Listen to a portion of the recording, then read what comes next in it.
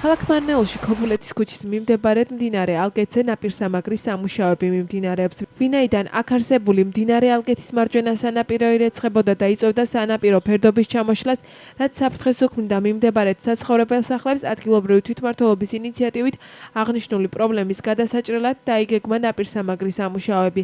აღსანიშნავია, რომ ნაპირსამაგრის სამუშაოების პროცესში 8 ადამიანია დასაქმებული, აქედან 6 ადგილობრივია. მიმდინარე ინფრასტრუქტურული პროექტი 2016 წლის ივნისის ბოლოს დაიწყო და აგვისტოს შუა რიცხვებში დასრულდება.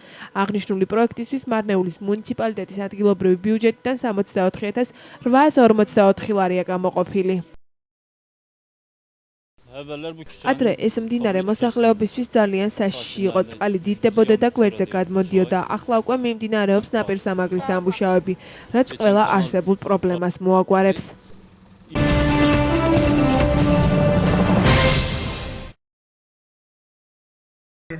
28 ივლისს მარნეულში რუსთაველის ნომერ 15-ში ოფიციალურად გაიხსნა საზოგადოებრივი კოლეჯი ელიტი. კოლეჯი დაინტერესებულ სტუდენტებს სწავლებას თავაზობს შემდეგ მიმართულებებზე: ბუღალტერია, ინფორმაციული ტექნოლოგიები, პრაქტიკოსი, ექთანი, ფარმაცევტის თანაშემწე, ექთნის თანაშემწე, კბილის ტექნიკოსი, ოფისის მენეჯერი, აღმზრდელი პედაგოგი, ბანკის მოლარე ოპერატორი. კოლეჯში სტუდენტთა მიღება დაწყებულია. ელიტის ოფიციალური გახსნის ცერემონიალს ესწრებოდნენ ადგილობრივი რესურს ცენტრის წარმომადგენლები, მოწვეული სტუმრები, თემით დაინტერესებული მოქალაქეები და საზოგადოებრივი კოლეჯის ხელმძღვანელი პირები. პროფესიული განათლების მიღების მსურველ ეთნიკური უმცირესობის წარმომადგენლებს საშუალება აქვთ ადგილზე გაიარონ ქართული ენის შემსწავლელი კურსები და ენის შესწავლის შემდგომ გააგრძელონ სწავლება არჩეული მიმართულებით. საზოგადოებრივი კოლეჯი ელიტის ფილიალები საქართველოს სხვადასხვა რეგიონებშიც ფუნქციონირებენ. 12-მდე პროფესიულ პროგრამას ავტორიზირებული, სახელმწიფოს მიერ აღიარებული დიპლომი გაიცემა. დღევანდელ დღეს ძალიან დიდი მოთხოვნა პროფესიულ განათლებაზე. შესაბამისად, ჩვენ გადავწყვიტეთ, რომ საქართველოს სხვა რეგიონებიც აქვე თვისებინა, ასე ვთქვათ, და ხალხს ჰქონდეს შესაძლებლობა რეგიონიდან გასვლის გარეშე ადგილზე მიიღოს ევროპული განათლება. ამის განაცხადის საშუალებას გვაძლევს ჩვენი პარტნიორები, პოტენციური დამსაქმებელები, რომლებიც უშუალოდ არიან პროგრამის განხორციელებაში ჩართულები. მაგალითად, შეგვიძლია ვთქვათ, დენსის სტომატოლოგიური კლინიკა, რომელსაც ჩვენი სტუდენტები გადიან პრაქტიკებს და პროგრამის ნახევარზე მეტი პოტენციურ დამსაქმებელთან კონტაქტის ფარგლებში ხდება ეს ყველაფერი. ასევე შეგვიძლია ვთქვათ, ჯეოკლინიკა, აფთიაქების და საკონტაქტო საათების რაოდენობა 1000 და მეტს აღემატება. შესაბამისად, ჩვენ გვაქვს შესაძლებლობა ადგილზე მოამზადოთ კადრები, რომელიც ეკმოთ თანამედროვე ცოდნა, პროფესიული უნარჩვევები, თეორიული ცოდნაც და ამის გარდა ჩვენ გვაქვს პროექტები, მაგალითად ორთვიანი პროექტები, მოკლევადიანი განამზადების კურსები, სხვადასხვა პროგრამებში, რომელიც არის სახელმწიფოს მიერ დაფინანსებული და საერთოდ ვფიქრობთ, რომ მარნეულის რეგიონში საკმაოდ ძლიერად წარმოვადგინოთ პროფესიული განათლება. ჩვენ დავამყარეთ ახლა კონტაქტი კემბრიჯის საერთაშორისო კოლეჯთან.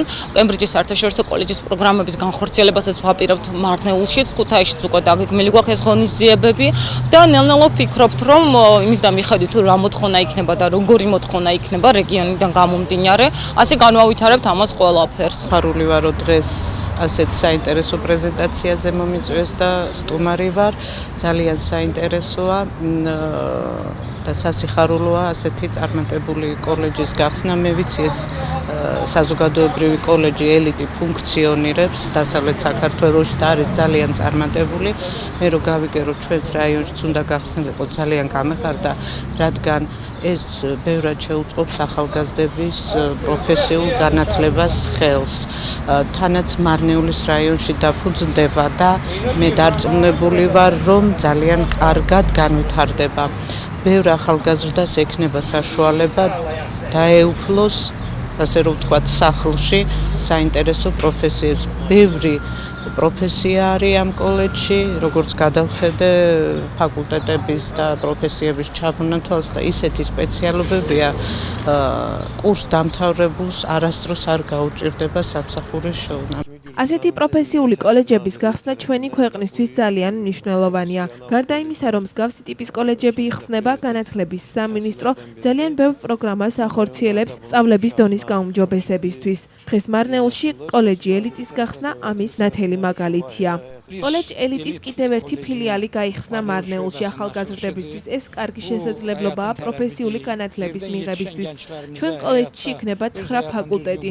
მე მოვუწოდებ ყველა სტუდენტს აუცილებლად ჩაეწერონ. ჩვენს კოლეჯში მიღება დაწყებულია.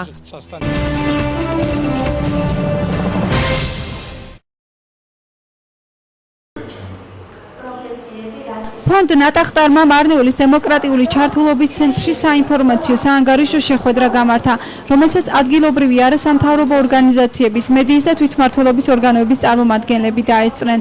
კომპანია ნატახტარის და ასოციაცია ჩვენი სახლის საქართველოს წარმომადგენლებმა ფონდ ნატახტარის პროექტ იზრუნე მომავალზე სპეციფიკა და 5 წლიანი საქმიანობის დეტალური ანგარიში გააცნეს. კომპანია 5 წლის განმავლობაში 200-ზე მეტ ბენეფიციარს დაეხმარა. ფონდში თანხის შეგროვების მეხუთე ტალღა მიმდინარეობს ამჟამად, რომელიც 17 აგვისტომდე გაგრძელდება და ყოველი გაყიდული ლიმონის ბოთლიდან 1.3 თეთრი გადაირიცხება ფონდში. ასოციაცია ჩვენი სახლის საქართველოს და ფონდი ნატახტარი უკვე მეხუთე წელია თანამშრომლობს და ჩვენი მთავარი მიზანია მსრულნელობა მოკლებული მოზარდების მომზადება დამოუკიდებელი ცხოვრებისთვის და აგრეთვე იმ ახალგაზრდების დახმარება, ვინც დატოვა 18 წლის ასაკში ტოვებს სახელმწიფო ზრუნვის სისტემას. სახელმწიფო ზრუნავს, რა თქმა უნდა, მსრულნელობა მოკლებულ ბავშვებს და ისინი ცხოვრობენ მცირე საოჯახო სახლებში, აქვთ საკმაოდ ნორმალური პირობები განვითარებისთვის, თუმცა როცა 18 წლის ხდებიან, ხშირად აღმოჩნდებიან ქუჩაში იმის გამო, რომ მათ არა აქვთ ოჯახის მხრიდან მხარდაჭერა და სახელმწიფოც ვეღარ ახერხებს აი ამ მხარდაჭერის გაგრძელებას.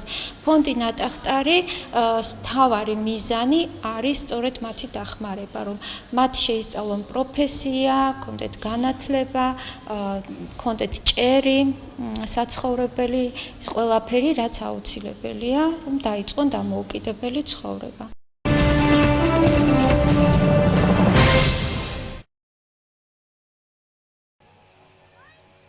შინაგან საქმეთა მინისტრმა გიორგი მღებრიშვილმა დაბა ბაკურიანში შინაგან საქმეთა სამინისტრო საგანგებო სიტუაციების მართვის სააგენტოს თანამედროვე სტანდარტების შესაბამისი 2 სართულიანი შენობა გახსნა.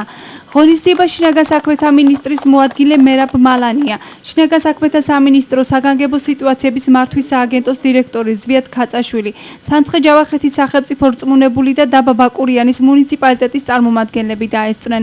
შინაგან საქმეთა მინისტრმა სტუმრებთან ერთად ახალი შენობა, სახანძრო სამაშველო ტექნიკა, მეხანძრე მაშველების სრული აღჭურვილობა და განახლებული ავტოფარეხი დაათვალიერა. გიორგი მღებრიშვილი დაბა ბაკურიანის მეხანძრე მაშველებსაც შეხვდა და წარმატებები უსურვა. დაბა ბაკურიანში მეხანძრე მაშველებს წლების განმავლობაში არასათანადო პირობებში უწევდათ მუშაობა. შინაგან საქმეთა სამინისტრო საგანგებო სიტუაციების მართვის სააგენტომ თანამშრომლებისთვის უკეთესი სამუშაო პირობების შესაქმნელად ახალი შენობა აშენა, რომელიც უახლესი ტექნიკით და ინვენტარით არის აღჭურვილი. დაბა ბაკურიანის სახანძრო სამაშველო განყოფილებაში 16 მეხანძრე მაშველი მუშაობს. 2015 წლიდან დღემდე განახლდა და უახლესი ტექნიკით აღიჭურვა შინაგან საქმეთა სამინისტროს საგანგებო სიტუაციების მართვის სააგენტოს 12 შენობა და აშენდა 1 ახალი შენობა ნაგებობა. მიმდინარე წლის ბოლომდე 3 ახალი შენობის აშენება და 4 ძველი ნაგებობის რეაბილიტაცია იგეგმება.